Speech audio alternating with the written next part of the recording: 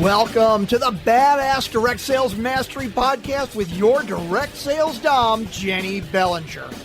Badass Direct Sales Mastery is a podcast for rock star direct sales moms who are determined to make their business kick ass. Jennie will share her knowledge of effective sales and recruiting techniques, tips to get what you want from your business, and will interview direct sales professionals and leaders from various companies. The interviews will give insight to how these rock stars got to where they are and where they plan to grow in the future. And now, the direct sales dom, Jennie Bellinger. Welcome back to another episode of Badass Direct Sales Mastery. I'm your host, your direct sales dom, Jennie Bellinger, helping you whip your business into shape. And today I have with me David Skultety. Now, he and I are both a part of one of the many network marketing groups on Facebook, and he happened to share his story or a piece of his story a few weeks back, and I thought, I need to talk to this guy. And we had a great conversation, and I invited him to be on the show because he has some stories, y'all. So let me introduce you to David. He is a lifelong entrepreneur who found network marketing by chance in 1994. In that period, he's been fortunate to have partnered with the right people who collectively have produced over $750 million in wholesale sales. And now today, more than ever, his focus is on creating an impact via a community that is driven by people, purpose, and prosperity. David, welcome to the show. Well, thanks for having me, Jennie. It's great to be here. Absolutely. Well, what first introduced me to your story, as I mentioned, as I was introducing you, was a little bit of what you shared on Facebook, interestingly enough, on social media.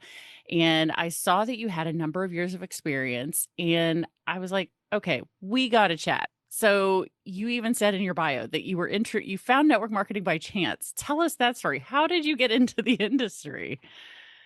Well, that's a good question. I'm asked that often, honestly. And, my background was in Wall Street. I was in the asset management business. And back in late 93, early 94, my father reached out to me and said, there's a gentleman at his country club that had an interest in talking to me about the deregulation of long distance. And so if you were around back in the early 90s, you know that the long distance market was deregulating and there was an opportunity there. So I understood it only because I was analyzing stocks that were taking advantage of telecom stocks.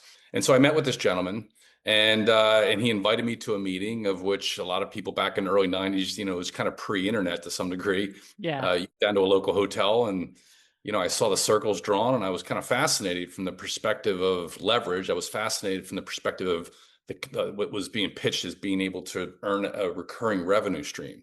And then, of course, the whole deregulation story made sense at the time. So, here I am thinking looking around the room and saying, I'm one of the few people on the planet that knows about this, because again, there wasn't really an internet to go do the due diligence. So anyhow, long and short of that's how I was introduced, and, I just got involved. Yeah. And so what was that experience like for you to be, working in an industry that you were new to ish? And building from there. I mean, because that ended up being your first company, but not your last company. So what was that experience like? Well, it was, with hindsight's always 20/20. It's easy to play Monday morning quarterback on life, right?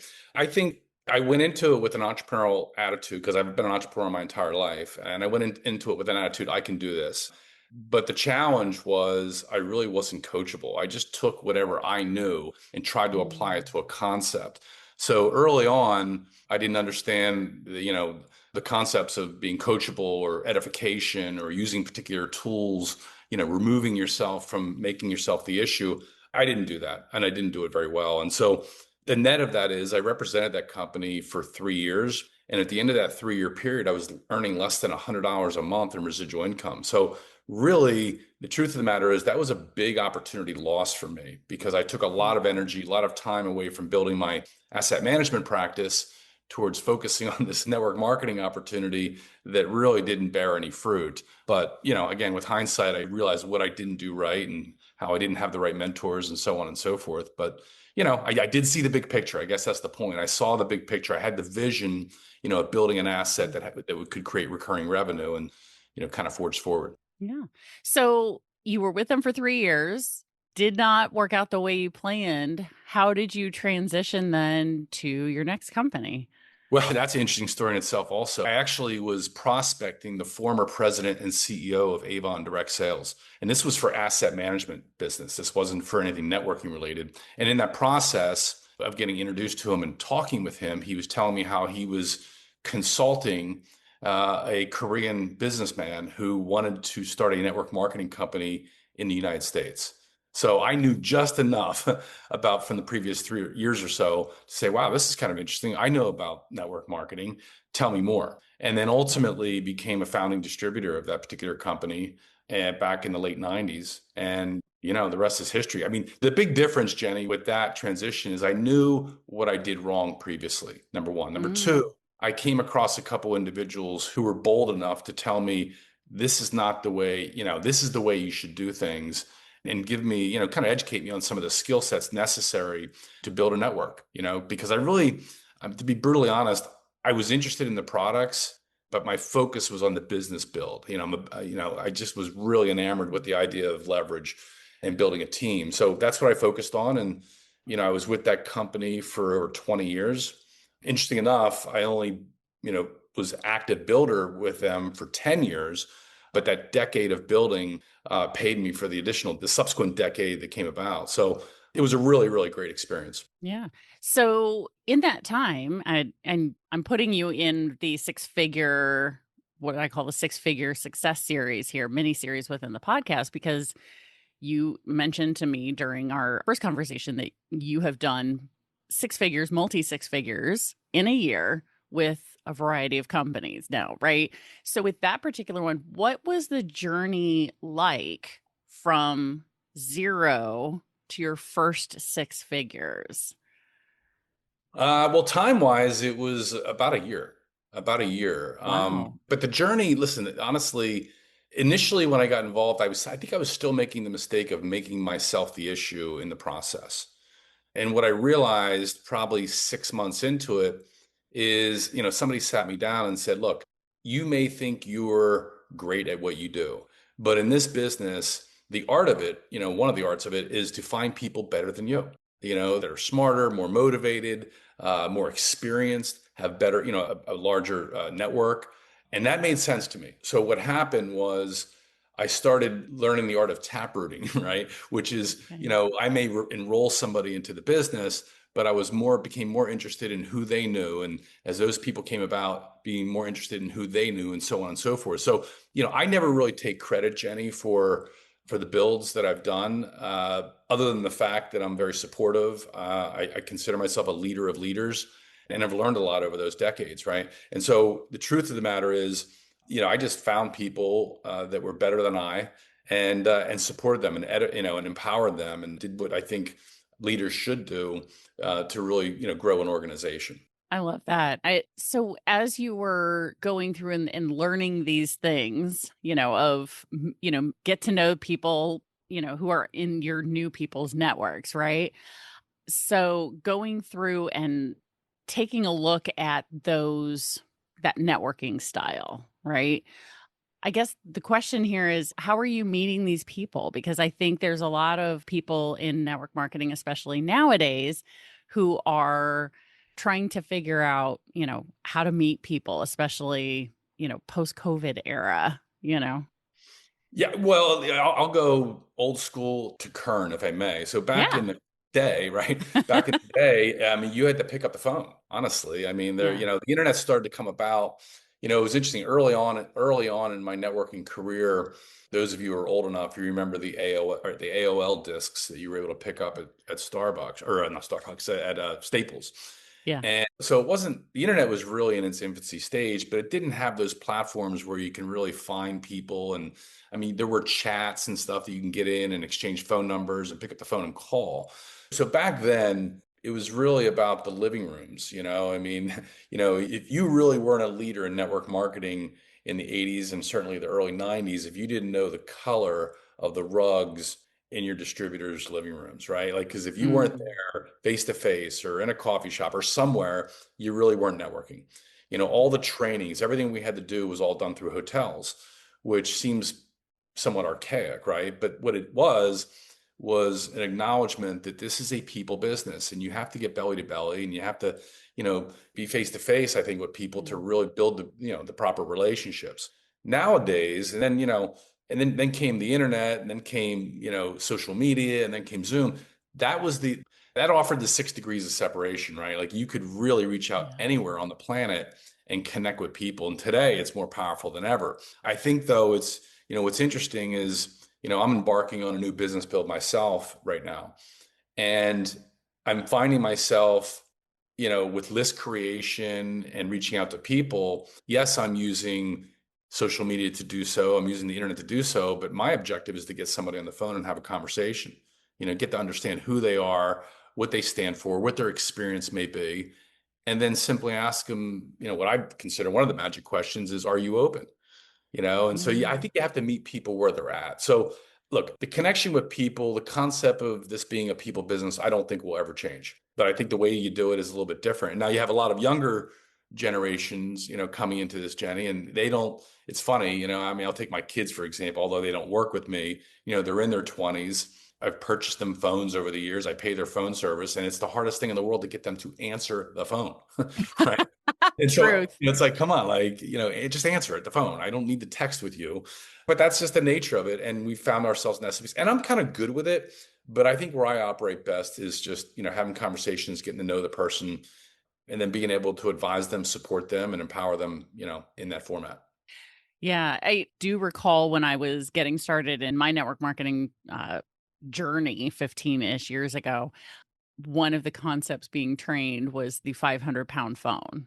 It's like weightlifting. The first time you pick it up, it feels like it's 500 pounds to pick it up and dial the number and call the person.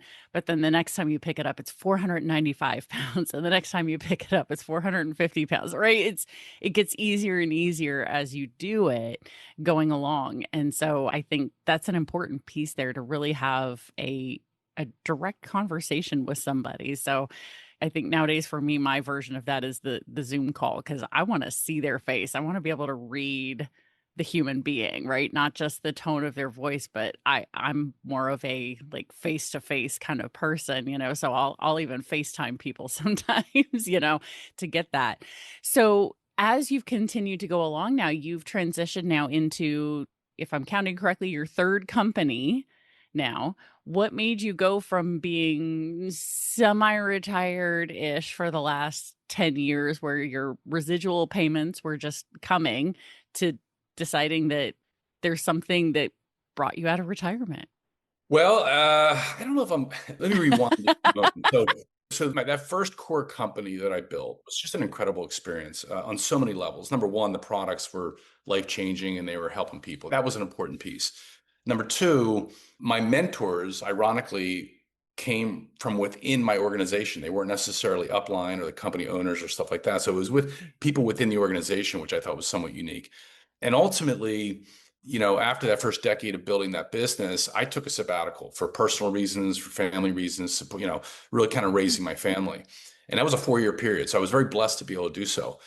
I was also doing some consulting and had somebody reached out to me who was consulting a company and brought me in. And as I kind of helped them with their marketing and their compensation plan, I was speaking to a friend in Hawaii who reached out and said, hey, I'm kind of looking to get back into network marketing, and this is the type of products I'm interested in. Can you help me find that? And so ironically, that particular business that I was consulting was a perfect fit for her. And so, she said to me, look, I want to build this, but I'm only going to do it if you sponsor me. And I wasn't a distributor with the company, right? So ultimately, that was a little bit of a problem, but very quickly said, you know what, I will do that. I'd love to come and spend time in Hawaii. And so I enrolled, number one, and then enrolled her into the business. And very quickly, Jenny, it became very apparent that this was broader than a consulting role. This was a really big opportunity. There was this really incredible group of women who really embraced this product and the benefits that people were having on it.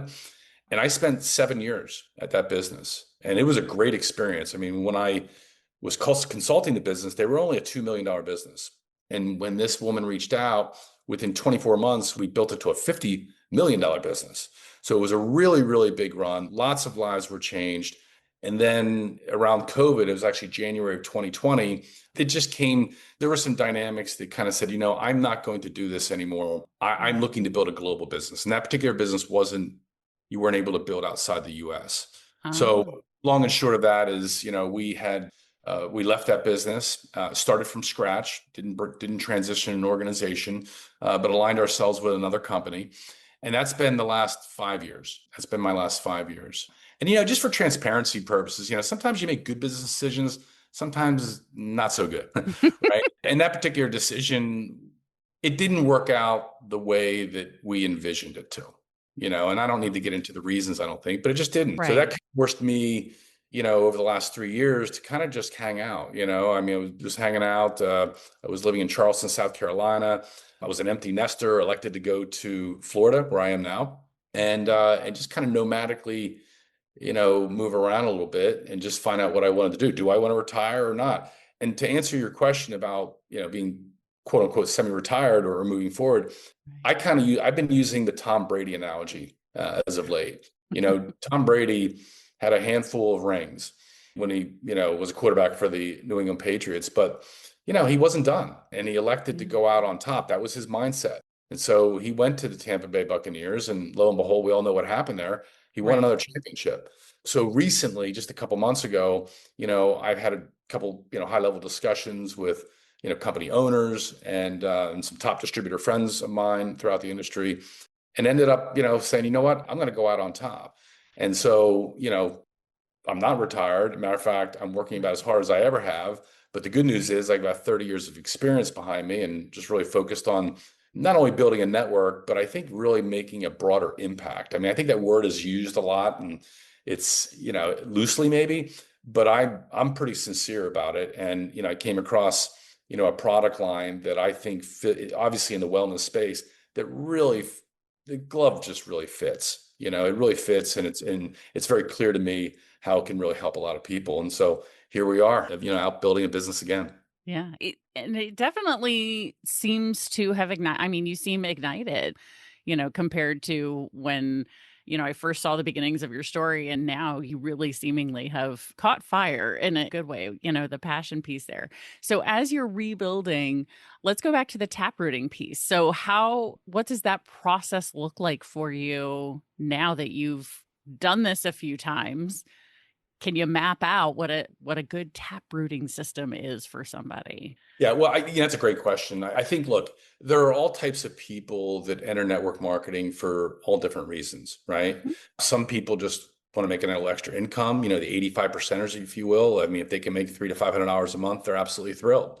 Then there are, maybe 10% of the people that if they can earn $40,000, $50,000 a year, replace their income, or put themselves in a situation where they now combine, have a six-figure income with their, with their side hustle combined with their career. That's about the 10 percenters. And there's the 5% that they're just leaders, and they have big goals, and they're motivated more than most, and they got some skill sets behind them. That's who I look for. But the reality is that's the 5 percenters. They're harder to find. So what I've found is when it comes to taprooting is no matter whom you enroll, the first thing you want to do with somebody is help them get a belief check, right? Help them have some level of success out of the gate where they can come to the realization is, hey, I can do this, right? But from my perspective in this process, I'm always asking people, who are the best, brightest people you know? Who are the entrepreneurial minded people? And a lot of times these individuals are, the people are afraid to approach them because they haven't had success, or maybe their credibility isn't, as an entrepreneur. And I always just say, look, that you're making yourself the issue. And that flashes me back to my initial experience where I always made myself the issue. It's like, that is not necessary. People will buy way more into the height of your enthusiasm versus the depth of your knowledge. So all you have to do is enthusiastically pique one's interest and get really good at edifying me, where we can have just a nice, relaxed business conversation and see if somebody's open and if there's a fit for what we're doing. So, again, there's a lot more to that, obviously, but getting, what I found is you kind of have to dig for the diamonds, and you don't need to personally enroll that rock star, right?